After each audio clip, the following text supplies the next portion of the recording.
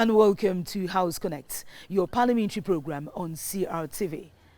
The 2024 legislative year is well on course, but for work to begin in earnest, there is the need for the election of a permanent bureau and the constitution of the 9 general committees in the 2 lawmaking institutions.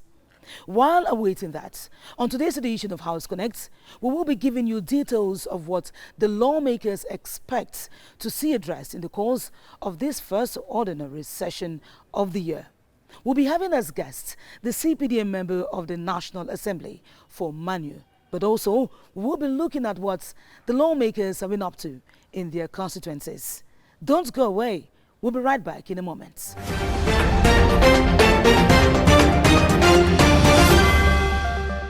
Legislators have a plethora of concerns that they wish to see addressed in the course of the first ordinary session of the 2024 legislative year. From the provision of basic amenities, the improvements of road network infrastructure, security concerns, and the fast tracking of the decentralization process, which involves the devolvement of resources and competencies to local collectivities, their preoccupations abound. The first ordinary session of the 2024 legislative year is well on course in the 2 lawmaking institutions.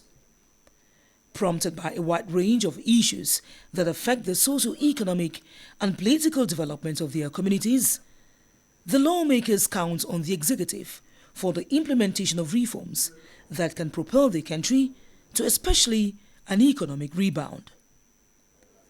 For the members of the 10th legislature at the National Assembly, running the last year of their mandate, if the electoral calendar is maintained, the prevailing acute shortage in water and energy supply must be addressed. We want to make sure that there is a consistency in the supply of electricity. We also want to make sure that there is water. I was able to have a borehole, solar borehole installed in Manfi. I'm going to ensure that another one is done in Tinto, Upper Banyan subdivision. But we need government to come in and help the people, because once the basic utilities are there, then the people will not be able to complain. The government needs to bring in the issue of solar lighting. It's a very cheap approach. It can easily be managed by the councils. It is difficult with the issue of electricity. We don't have electricity, and this well now that has gone digital. It is difficult for children to learn without electricity. Very difficult. They struggle to learn on their own, but it is more difficult. If we had electricity, it would be better for them.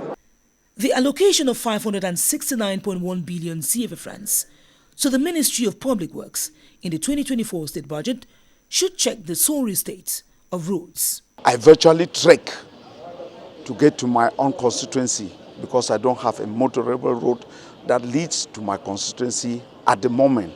Yet it is part of the National Road number 11, what is called the Ring Road in the northwest. More emphasis should be put on the infrastructure and the construction of roads, so that we can, with roads, development issue is facilitated. So we think that if we can address the issue of road security, the country will go a long way to improve the livelihood of their citizens. In spite of government efforts to restore peace in the restive regions, pockets of resistance are still a threat to security. This problem in the northwest and southwest, something needs to be done about it, because every day in and out we still have so many issues coming up. People are being killed daily, and we think that something should be done in that direction to make sure that our people back in the northwest and southwest, they should feel better. I want the government to change strategy as far as security issues are concerned in the northwest, southwest and far north. I would like to see a different strategy be implemented, because we have lived the same strategy from 2016 up to date. So I would like to see government coming on board with a new strategy this time around. The production sector is expected to be given priority this year, with over 100 billion CFA francs in the agriculture domain and some 58 billion reserved to promote livestock, fisheries and animal industries. A positive change is awaited. All the budgetary lines were given down. This will not help if they don't use that budget in other to do what it was meant for, thereby looking at the population. If it is farms and all that, we are expecting all of that. The regulation of the domestic market, controlling price hikes, and improving the competitiveness of made-in-Cameroon products are vital. It starts from the head of state's policy of import substitution, which is quite dear to the heart of senators of this country. We feel that it is going to comfort the domestic basket of every Cameroonian and settle our immediate needs, and also create a lot of jobs. Structural transformation projects and investment options that tackle youth employment, where about 10 billion CFA francs has been dedicated for the socio-economic integration of youth, are necessary. We look forward as a Member of Parliament to ask, especially the Minister of Finance and those that matter, on the eminent reconstruction of Sonara and the effective putting in place of the Limbe Gypsy Port, which I think effective demarcation has been done on the land that is to be used. And what we expect is for feasibility studies to begin. Strengthening the administrative and financial autonomy of regional and local authorities for economic growth and local development is recommended. By and large, regardless of political leanings and the specificities of the constituencies they represent in Parliament, the lawmakers are dead set to contribute their quota to nation building through legislation and control of government action.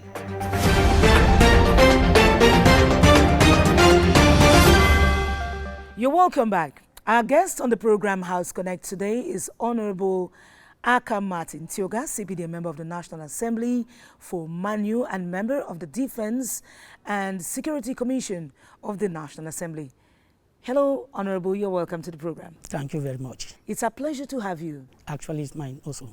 You're member of Parliament for CPDM, Manu. Tell us a little bit about Akwaya, which you cover. Akwaya, that I come from, is the first son of Manu and was created in 1963 with 5 different court areas. Akwaya, that I come from, has 5 second-class chiefdoms, and I think is the only subdivision in Southwest that has 5 second-class chiefdoms. You have Bagundu, Berlin, Akwa, Amasi, and Akwaya. Akwaya subdivision was created in 1963. Akwaya has a total land surface of 3,588 square kilometers. Kilometers square. That's quite vast. And Akwaya shares boundary with 3 states of Nigeria: the Cross River State, the Benue State, and the Taraba State. And Akwaya shares boundary with 6 subdivisions in Cameroon. You have Imojok, Manfe Central, Widikum, Upper Bayang, Ingi, Njikwa, and Mention Valley subdivision. Akwaya has 99 villages.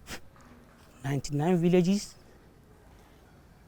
and Akwaya has, of now, a population of about 140,000 inhabitants. 140,000 inhabitants, which you are called upon to cater for as a member of the National Assembly. I guess that's not been easy.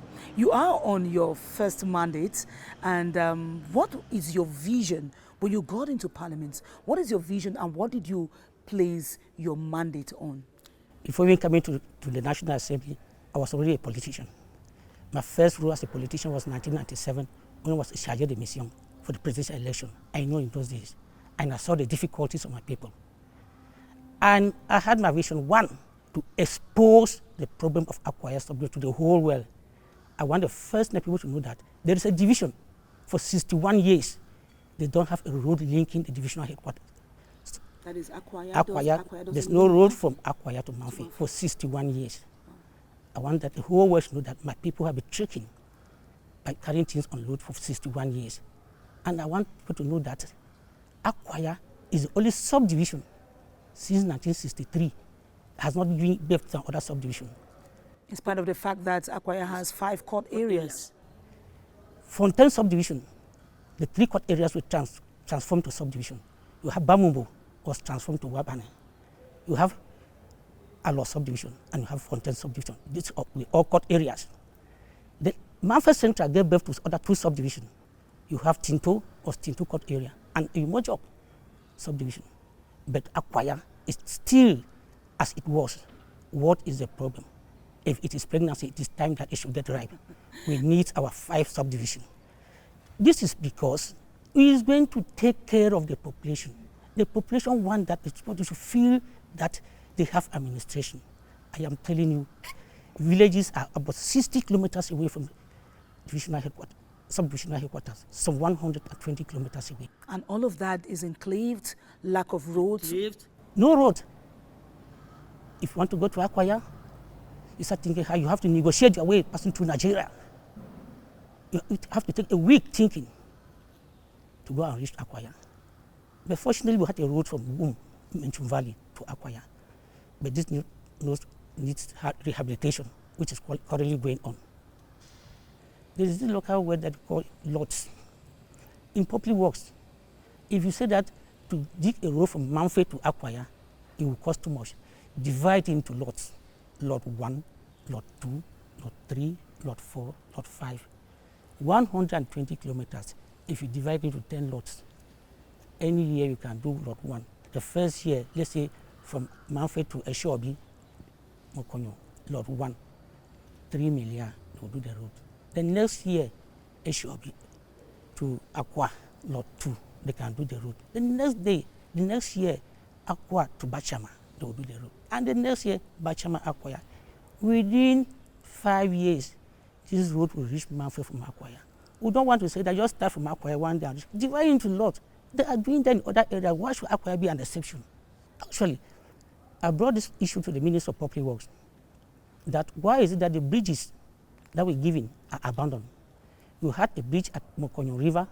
You have a bridge at Monyo River, which were given off of contractors, but the bridges have been abandoned. He said contractors are not willing to go to Akwaya to work because of the insecurity. I said, no, you should try again. There are some people who will be willing to work. It's all right, go ahead. And I went ahead, lobbying for the Bawuru Akwaya route, which the minister granted with a sum of 1 billion, and the contractor to the work. And presently, the rehabilitation is going on.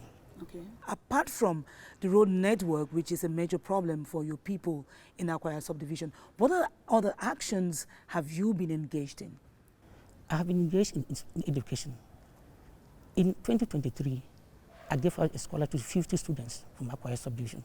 That's to empower them. They went in for various competitive examinations. 2 were successful. Today they are civil servants. I did not end there. You know, Akwaya, when this crisis started, areas were divided into green, red, and yellow zones. And the only area that I could assist were the green and yellow zones. And in the Akwaya subdivision, the only place that I could assist in education is the Misaka Kokot area. In 2022, I registered 120 students for the first school living, and all of them passed. I did that in 2023. This is the assistance that I have been given, and I've continued to do that. And I'll also be paying PTA teachers in these various schools, since the regular teachers are not willing to go and work.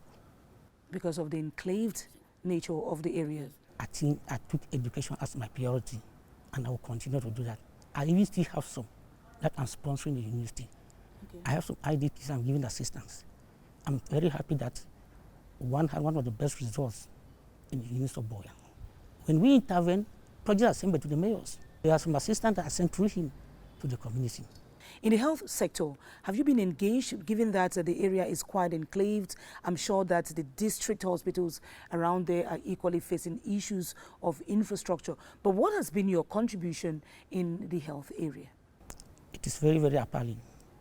A population of about 140,000, there's only one district hospital. And this district hospital was constructed about 30 years ago. Up to now, there are not materials and not finding some of the wards. The insecurity situation has even made it worse. But I tried. Let me tell you that in Akwaya subdivision, the oldest man is not up to 75. Those who are in Akwaya subdivision. If you see an Akwaya man who is 75, it means he's not living there, he's living out of Akwaya. Because of what?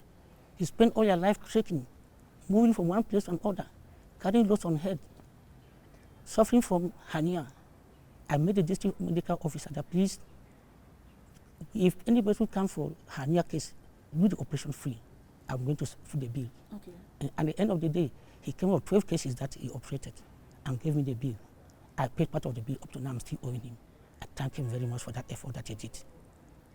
It seems as every person in Akwaya has hernia because of the difficulty in trekking. Okay. I'm telling you that Akwaya is a division that women are still giving birth on stones. Why? There are no medical facilities. You have one district health center with about 3 integrated health centers, which are not even equipped, no personnel. To make the situation worse, today the password is insecurity. And now talking about insecurity, you mentioned earlier that Akwaya subdivision is bordered by 3 states in Nigeria and about 6 other subdivisions. The insecurity situation, socio-political crisis affecting the northwest and southwest regions has not left Akwaya indifferent. What is the security situation as we speak? The security situation has not improved. As I'm saying, Akwaya subdivision is being invaded by herdsmen from Nigeria that have taken 3 villages hostage. As I speak now, the herdsmen from Nigeria have occupied land speed more than 20 kilometers.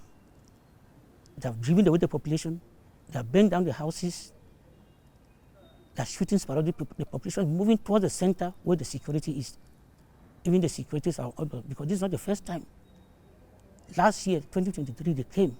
They killed 8 persons, including 2 gendarme officers. What do you think is the solution to this kind of problem? The first is to bring administration closer to the people. The second is to provide security posts. I have written that there should be a security post. The B should be stationed in Bakinjo. Let me tell you, because of the vastness, because of the enclaveness of the subdivision, Akwaya is a haven from criminals coming from other regions, coming from neighboring countries to come and settle. The place is too vast, it's too enclave, the administration is too distant from the people. They need to bring administration nearer the people. Let me also tell you that because of the vastness, the bees that are taking care of Akwaya North are stationed in Womb. The bees that are taking in charge of Akwaya South are stationed in Kumba. Tell me, how do you intervene when something is happening in the borders of Berlin? We need a bee post in this place. We need a bee post in Kajufu. We need a bee post in Akwa. We need a bee post in Bakinjo. If you have these 3 bee posts, military stations, the population will not come back and settle around where this military is. And the security of Akwaya subdivision will a little be improved on. Many projects in the area cannot be carried out because of the presence of these terrorist armed men who move freely in the forest as if they own the area. Akwaya subdivision is quite vast and it has quite some forests. What do you think about the management of this forest, especially as you are a member of the Parliamentary Network for the Sustainable Management of Forest Ecosystems in Central Africa? You said it all. Akwaya is Cameroon in miniature, divided between tropical rainforest and tropical grassland. We are fortunate to have the tropical rainforest and the tropical grassland. In the tropical rainforest, you have all the varieties of trees that you can find in Cameroon. You have from Obeche, mahogany, Iroko, Njava, and so on. But unfortunately, these timbers have been exploited by unscrupulous people who come in from different countries. In the north, we have nice species of wood, which I don't think are found anywhere in Cameroon. The trees are not large. You have foreign companies, Majib, with headquarters in Enugu in Nigeria, coming to exploit. So if they are coming to exploit these trees in Akwaya, this means they know the value of it. And this exploitation is illegal? It's illegal. It's illegal. And I think through repair, I will try to see which means that they can help me so that this particular species of trees could be protected. And that even the forestry law should be revised so that the local population, the chiefs, the traditional chiefs, the community should have much say in the management of the forest. And finally, what will be your word for the people of Akwaya subdivision who are watching you?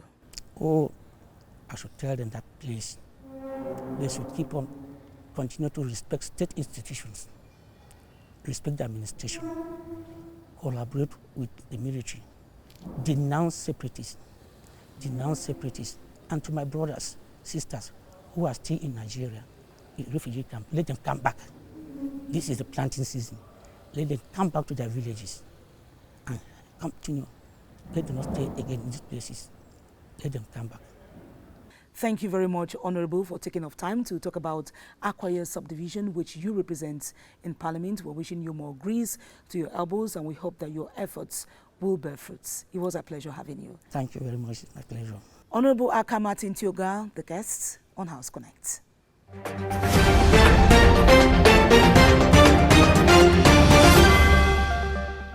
A good number of lawmakers place their mandate on community development through empowerment initiatives for the well-being of their population.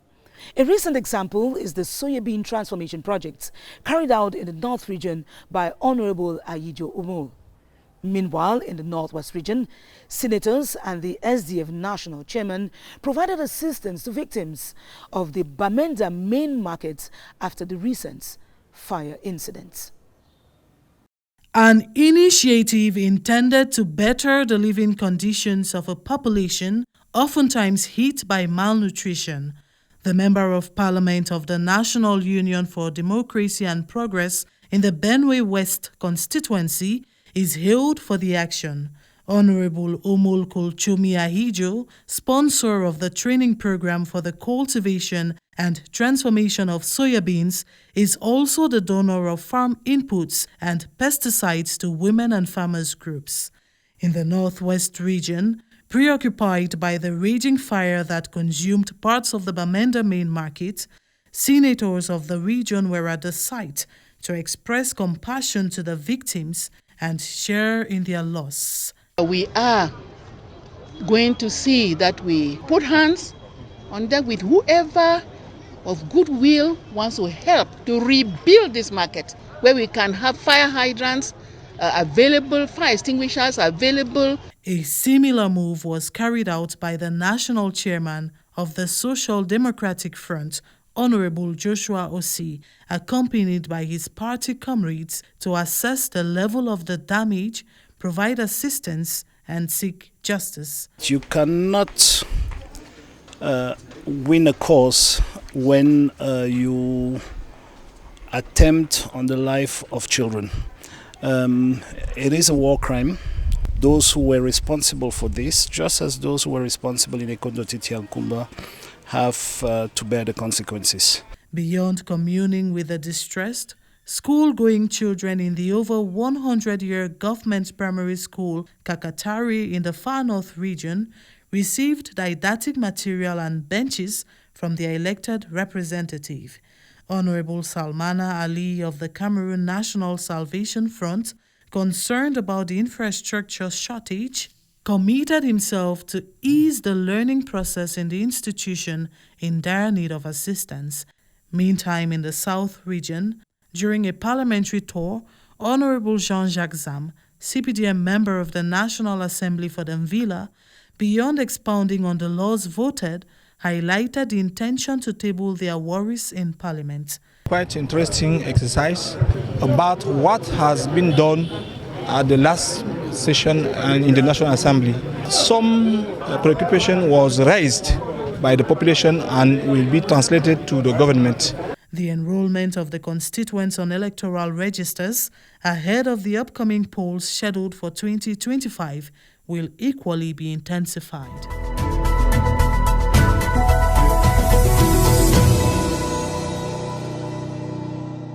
It is on that note that we wrap up this edition of House Connect, your insight into parliamentary activities, which gave you details of what legislators of the 10th legislature at the National Assembly and the 3rd legislature of the Senate expect to see addressed in the course of this first ordinary session of the 2024 legislative year. Our guest was Honorable Aka Martin Tioga, CPDM member of the National Assembly for Manu. Until the fourth night when we'll meet again, it is goodbye from the entire team of House Connect.